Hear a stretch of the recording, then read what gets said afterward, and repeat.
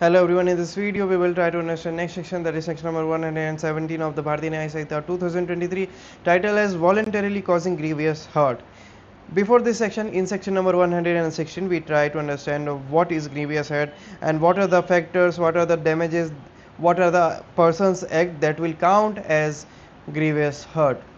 And in this section we will try to understand कि कोई भी व्यक्ति अगर ग्रीवियस हर्ट यानी कि गंभीर क्षति पहुंचाने की कोशिश करता है या गंभीर क्षति पहुंचाता है तो ऐसी परिस्थिति में उस व्यक्ति को क्या पनिशमेंट मिलेगी. And for this we have subsection 1. What subsection 1 says, whoever voluntarily causes hurt, कोई भी व्यक्ति अगर जानबूझकर इच्छा स्वरूप किसी भी व्यक्ति को क्षति पहुंचाता है. किस प्रकार की क्षति? ग्रीवियस हर्ट वाली. If the hurt which he intend to cause or know himself to be likely to cause is grievous hurt, और अगर उसे इस चीज़ का आभास है, अगर उसे इस चीज़ का अनुमान है कि जो भी एक्ट वो करने जा रहा है उसका परिणाम क्या आएगा, सामने वाले व्यक्ति को गंभीर क्षति, गंभीर चोट लग सकती है, गंभीर चोट पहुंच सकती है, तो वैसी परिस्थिति में and if the hurt which he causes is grievous hurt, और जो हर्ट वो सामने वाले को पहुंचाता है, जो क्षति वो सामने वाले को पहुंचाता है वो गंभीर क्षति है, तो ये मान लिया जाएगा और ये कहलाएगा voluntarily to cause grievous hurt, यानी कि इच्छा स्वरूप जानबूझकर सामने वाले को गंभीर क्षति पहुंचाई गई. What its explanation says, a person is not said voluntarily to give cause grievous hurt except when he both causes grievous hurt and intends or knows himself to be likely to cause hurt. A person is not said voluntarily to cause grievous hurt. कोई भी व्यक्ति नहीं कहलाया जाएगा कि उसने जानबूझकर गंभीर क्षति पहुंचाई है जब तक कि when he both causes grievous hurt and intend or know himself to be likely to cause grievous hurt, जब तक कि उसका इरादा ना हो और वो सामने वाले को क्षति ना पहुंचा दे. तो ये दोनों चीज़ें होनी चाहिए, उसका इरादा भी होना चाहिए, उसकी जानकारी होनी, या तो उसका इरादा हो या तो उसकी जानकारी हो, साथ ही साथ उसने वो एक्ट कर भी दिया हो, यानी कि सामने वाले को गंभीर क्षति पहुंचाई हो, तब ही वॉलंटरीली कॉजिंग ग्रीवियस हर्ट में फॉल होगा, इसकी डेफिनेशन में फॉल होगा. But he is said voluntarily to cause grievous hurt if intending or knowing himself to be likely to cause grievous hurt of one kind, he actually causes grievous hurt of another kind. इसी के साथ साथ ये भी कह रहा है कि मान लीजिए आप किसी एक प्रकार की गंभीर क्षति पहुंचाना चाहते थे, लेकिन आउटकम कुछ और हुआ और किसी दूसरे प्रकार की गंभीर क्षति पहुंच गई. फॉर एग्जांपल, आप सामने वाले की टांग तोड़ने चाहते थे, उसकी टांगों की हड्डी तोड़ना चाहते थे, लेकिन करने कुछ गए और टूट उसका दांत गया. तो भले ही एक्ट कुछ और किया हो, इंटेंशन कहीं और की रही हो और परिणाम कहीं और का आया हो, आउटकम कहीं और का आया हो, लेकिन देखें तो मेन पॉइंट देखने वाला, ऑब्जर्व करने वाला ये है कि इंटेंशन थी सामने वाले को ग्रीवियस हर्ट पहुंचाने की और साथ ही साथ ग्रीवियस हर्ट हुआ भी है, क्योंकि दांत किसी का दांत तोड़ना भी ग्रीवियस हर्ट में ही आता है.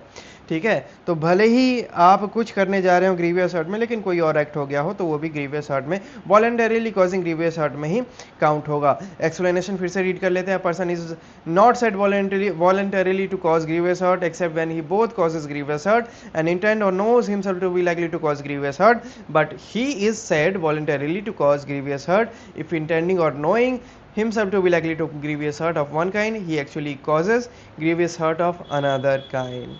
ठीक है, तो एक्सप्लेनेशन इसका ये कहता है.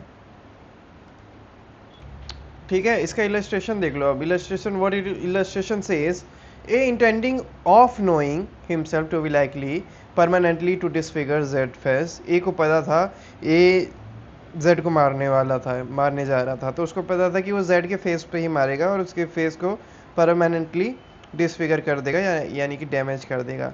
अब जब वो मारने जाता है तो वो gives Z, that A gives Z a blow which does not permanently disfigure Z face. तो वो जब मारता है उसको सामने वाले को तो उसके फेस पे नहीं लगती, उसके फेस पे कुछ नहीं होता, लेकिन उसको इस प्रकार की क्षति पहुंचती है जिससे but which causes Z to suffer severe bodily pain for the space of 15 days. लेकिन उससे होता ये है कि उसको 15 दिन तक उसके शरीर में दर्द रहता है. ए जाता है इस इरादे से कि Z के चेहरे पे ही मारूंगा, लेकिन चेहरे पे ना मारे के वो इस प्रकार की क्षति पहुंचाता है, इस प्रकार का चोट पहुंचाता है कि उसके 15 दिन तक उसके शरीर में दर्द रहता है. तो ऐसी परिस्थिति में भी A has voluntarily caused grievous hurt. ये मान लिया जाएगा कि इन्हें जानबूझकर सामने वाले को गंभीर क्षति पहुंचाई है. क्यों? क्योंकि इसका इलस्ट्रेशन का आंसर हमें मिलता है यहाँ से, ठीक है, कि अगर कोई व्यक्ति कुछ सोच के जाता है कि सामने वाले व्यक्ति को गंभीर क्षति पहुंचानी है, लेकिन जहां सोच के जाता है वहां ना मार के कहीं और उसको ग्रीवियस हर्ट पहुंचा देता है, तो वो भी काउंट होगा as a voluntarily causing grievous hurt, इसलिए यहाँ पे इसमें काउंट हुआ है. Then we have subsection 2. What subsection 2 says, whoever except in the case provided for by subsection 2 of section 122. इसमें बात हो रही है प्रोवोकेशन की. तो प्रोवोकेशन को छोड़ के कोई भी व्यक्ति अगर वॉलंटरीली कॉजेज ग्रीवियस हर्ट, किसी व्यक्ति को जानबूझकर क्षति पहुंचाता है, तो ऐसी परिस्थिति में उस व्यक्ति को 7 साल तक की सजा हो सकती है, 7 साल तक का जेल हो सकती है, चाहे सिंपल कारावास हो, चाहे रिग्रेस कठोर कारावास हो, या साधारण कारावास हो, या कठोर कारावास हो, दोनों में से कोई सी भी कारावास. कितने ड्यूरेशन तक की? 7 साल तक की. साथ ही साथ उसको फाइन भी पे करना पड़ेगा. Then we have subsection 3. Whoever commits an offense under subsection 1 and in the course of such commission causes any hurt to a person which causes that person to be in permanent disability or in persistent vegetative state. कोई भी व्यक्ति grievous hurt की क्षति, grievous hurt वाला act करता है, यानी कि किसी व्यक्ति को ग्रीवियस हर्ट पहुंचाता है, गंभीर क्षति पहुंचाता है, और उसके परिणाम स्वरूप क्या होता है कि सामने वाले व्यक्ति, उसका जो पार्ट है, वो पर्सन जो है, टू बी परमानेंट डिसेबिलिटी, वो पर्सन जो है परमानेंटली डिसेबल हो जाता है, यानी कि मूव नहीं कर पाता है, ठीक है, या फिर उसका अपंग हो गया, उसका कोई शरीर के जो ऑर्गन्स हैं वो वर्क नहीं कर रहे हैं, ठीक है, या फिर वो कोमा वाले स्टेज में चला गया. तो चाहे परमानेंटली हमेशा के लिए वो डिसेबल हो गया, या फिर परसिस्टेंट वेजिटेटिव स्टेट, यानी कि कोमा में चला गया, मतलब जीवित तो है लेकिन वो उसका ब्रेन अलाइव है लेकिन बॉडी फंक्शनल नहीं है. तो ऐसी परिस्थिति में पनिशमेंट बढ़ जाती है. ऐसी परिस्थिति में उसको रिग्रेस इम्प्रिजनमेंट, यानी कि कठोर कारावास होगा, जो कि 10 साल से कम तक का नहीं होगा, मिनिमम 10 साल का, ठीक है, कि 10 साल तक का तो उसको होना ही है जेल, प्लस में ये ज़्यादा से ज़्यादा लाइफ इम्प्रिजनमेंट तक जा सकता है, यानी कि आजीवन कारावास तक जा सकता है. यानी कि ऐसी परिस्थिति में जब कोई व्यक्ति किसी को ग्रीवियस हर्ट, गंभीर क्षति पहुंचाए, और परिणाम स्वरूप सामने वाला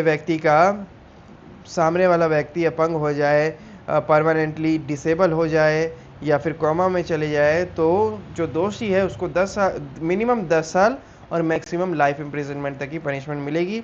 और यहाँ पर लाइफ इम्प्रिजनमेंट का मतलब है कि जब तक वो दोषी जीवित है, उसका जो जीवन है वो जेल में ही बीतेगा, ठीक है, तो उसको कहेंगे आजीवन कारावास. यहाँ पे स्पेशली मेंशन किया गया है कि इम्प्रिजनमेंट फॉर लाइफ यहाँ पे मीन करता है कि वो जो जीवित है तब तक वो जेल में ही रहेगा.